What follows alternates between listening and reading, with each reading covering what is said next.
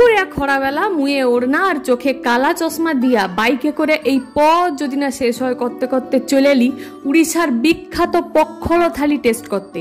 না মানে পান্তা দেখলেই জানকে জিভে জল আইছে, তাহলে পক্ষল থালি খাবেনি, এটা কি হয়? যা করে দেখলি শুধু আমানে নয় গো, এরকম বহু লোক আসছে পক্ষল থালি খাইতে। মাত্র 50 টাকায় এক বাটি পান্তা, তার সাথে দই, সাথে পেঁয়াজ, লঙ্কা, বড়ি চূড়া, বাদাম ভাজা, আলু বেগুন চোখা, শাক ভাজা, ডাঁটা ভাজা, চাটনি, মানে কয়া শেষ করতে পারবো নি এত কিছু। আর এর সাথে যদি মাছ বা মাংস লো সেটা তোর তোমাকে এক্সট্রা টাকা পে করতে হবে। তো আমি তো লিখলি ভেজ পক্ষল থালি, স্বপ্ননী লিখলো মাংস পক্ষল থালি। আমি যদিও প্রথমে গাই গুই করলি, কিন্তু তারপরে তার পাশে একটু টেস্টও করে লিছি। তো এরকম গোটে মন প্রাণ জুড়ানো পক্ষল থালি খাওয়ার পর বাড়ি করে দেখলি যে তার পাশের দোকানেই পাওয়া যায় ঠান্ডা ঠান্ডা লেবু জল। তো সেটা খায়া চলে এলি ঘর।